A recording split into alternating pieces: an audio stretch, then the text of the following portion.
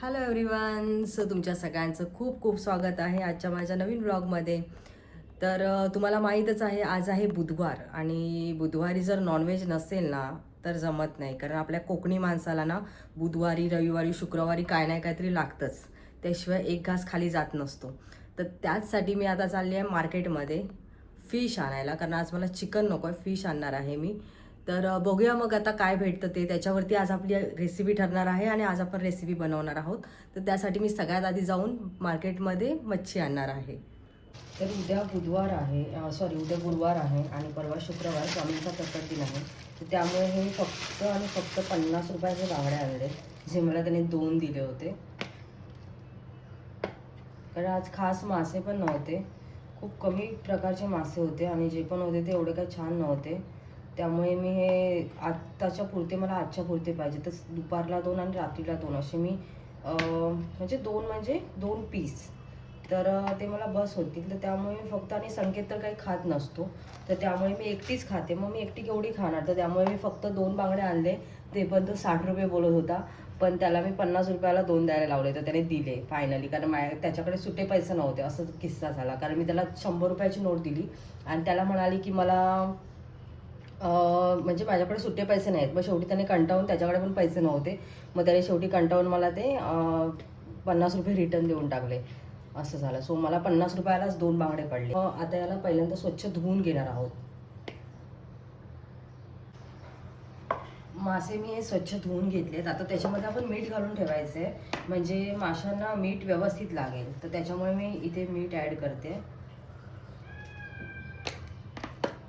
मी आज तर फ्राय करणार नाही आहे. तुम्हाला मगाशीच मी म्हणाले की मी आज बांगड्याचं म्हणजे आमच्या ह्याच्यामध्ये कढी बनवणार आहे. बांगड्याची कढी म्हणजे ग्रेव्ही टाईपमध्ये बांगड्याचे कालवण. तर त्यामुळे मी ह्याला काही मीठ मसाला किंवा बाकी काही लावून ठेवत नाही आहे. फक्त मीठ लावून ठेवलं आहे, जेणेकरून बांगड्यांना म्हणजे माशांना मीठ नीट लागेल. तर मग आता आपण सुरुवात करूया. कारण फिश तुम्ही बघू शकता, त्यांना मीठ लागलं आहे व्यवस्थित. ठेवले होते तरी मी अर्धा तास. आता आपण रेसिपी स्टार्ट करतोय. तर पहिल्यांदा तुम्ही बघून घ्या की मला काय काय साहित्य लागणार आहे. तर मी टोमॅटो एकदम कमी घेतला आहे. तुम्हाला जेवढा पाहिजे तुम्ही घेऊ शकता. लसूण ठेचून घेतली आहे. त्यात कढीपत्ता आहे आणि हे कोकम आहे. कोकम तर मस्ट आहे, ते लागतंच. तर आता मी तुम्हाला दाखवणार आहे माझी पद्धत, जी मी आज म्हणजे मासे बनवणार आहे ना, बांगड्याचं कालवण बनवणार आहे, ते कशा पद्धतीने बनवणार आहे ते माझी पद्धत आपण स्टार्ट करूया. तर सगळ्यात पहिल्यांदा मी हे साईडला ठेवते. आपण बांगडे घेतोय. आता ह्याच्यामध्ये मी काय करणार आहे, तेल ॲड करणार आहे मी. तुम्हाला जेवढं पाहिजे तेवढं तेल तुम्ही टाकू शकता. तेल ॲड केलंय. आता मसाले जे आहेत ना ते मी इथेच ॲड करून घेणार आहे. तिखट तुमच्या ह्याच्यानुसार. आणि हा थोडासा गरम मसाला आहे, तो मी ॲड केला आहे. हळद टाकूया आपण त्याच्यामध्ये. मीठ तर ऑलरेडी आहे, त्यामुळे मी मीठ टाकत नाही आहे. आता मी ह्याच्यामध्ये ॲड करणार आहे ठेचलेली लसूण, टोमॅटोसुद्धा, आणि हा कढीपत्ता आणि कोकम. कोकम 4 टाकते मी.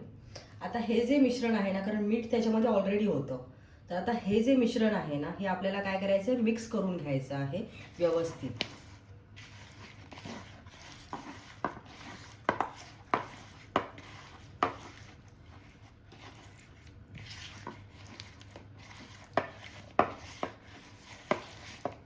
व्यवस्थित त्याला लागलं पाहिजे सगळं. असं व्यवस्थित ते मिक्स करून घ्यायचं. तर हे आता मिश्रण आपलं मिक्स झालेलं आहे, तुम्ही बघू शकता. आता मी हे भांडं ठेवलं आहे गॅसवर. आता पुढची प्रोसिजर. तर आता हे जे मी मिश्रण तयार केलं आहे ना, याच्यामध्ये तेल वगैरे काहीच नाही टाकायचं. हे डायरेक्ट मी आता या भांड्यामध्ये ॲड करणार आहे. हे बघा. आता हा मसाला आपला खूप सारा राहिला आहे, तर त्याच्यामध्ये पाणी टाकून घेऊया.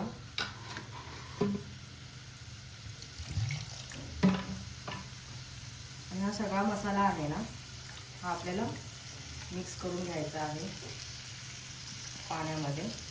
जो चिकटलेला आहे तो, आणि तो त्याच्यामध्ये ॲड करायचा आपल्याला. अशा पद्धतीने.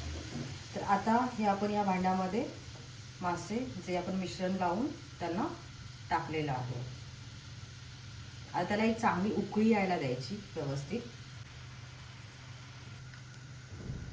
याला छान उकळी आली. आता आपण ह्याच्यामध्ये ॲड करणार आहोत वाटण. तर हे जे वाटण आहे ना, हे मी तुम्हाला सांगते मी कशा कशाने बनवलं आहे. याच्यामध्ये सुकं खोबरं आहे, कांदा, लसूण, आलं हे मी चांगलं भाजलं. त्यानंतर ते मिक्सरला वाटून घेतलं आहे आणि कोथिंबीर पण आहे त्याच्यामध्ये, कोथिंबीर पण भाजली होती. तर हे सगळं मिश्रण आहे. तर पहिलं तर म्हणजे मी जेव्हा मच्छी बनवते ना, म्हणजे फिश बनवते, मासे बनवते, तेव्हा मी सुकं खोबरं वापरते. तर आता झालं असं ना, माझं माहेर आहे सिंधुदुर्गमध्ये, कणकवलीमध्ये, आणि माझं सासर आहे रत्नागिरीला. तर ती आता त्यांचीच पद्धत मला झाली आहे, म्हणजे बनवायला आता मी सवय झाली आहे मला ती त्याच पद्धतीने. तर त्यामुळे कसं होतं आहे ना, की माझ्या सासरी तर ना सुकं खोबरंच वापरलं जातं जेवणामध्ये आणि ओलं खोबरं नाही वापरलं जातं. आणि माहेरी तर नेहमी ओलं खोबरं असतं. सो तिकडची पद्धत खूप वेगळी आहे फिश बनवण्याची. म्हणजे ओलं खोबरं, त्यानंतर त्याच्यामध्ये कांदा आणि सुक्या मिरच्या, तर हे सगळं मिश्रण मिक्स करून बनवलं जातं. पण माझ्या सासरी असं बनवलं जातं. तर तीच पद्धत मी आज तुम्हाला दाखवते. आणि तर आता आपण पण असं पण खूप छान लागतं. तुम्ही एकदा ट्राय करून बघू शकता, खूप टेस्टी लागतं. तर खूप छान बनतं असं फिश करी. तर तुम्ही ही पण ट्राय करून बघू शकता, तुम्हाला पण नक्की आवडेल. तर आता हे जे वाटण आहे ना, मी ह्याच्यामध्ये ॲड करते. तुम्हाला जेवढं पाहिजे असेल तेवढं तुम्ही ॲड करू शकता. मला तर फक्त आज एका दिवसापुरतं पाहिजे, माझ्या एकट्यापुरतं पाहिजे. मी मगाशी पण म्हणाले की संकेत तर फिश खात नसतो. सो हे फक्त आणि फक्त माझ्यासाठी बनतं. आता ह्याला ना थोडं आपण मिक्स करून घ्यायचं. किती छान कलर आला आहे ना.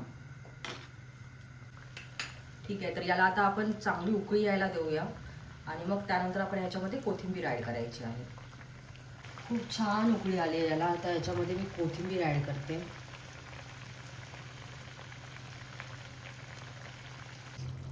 तर आता ही आपली बघा बांगडा कढीची रेसिपी आहे ना, ही रेडी झालेली आहे. बांगडे पण छान शिजले आहेत आणि कढी पण मस्त ग्रेव्ही बनली आहे बघा.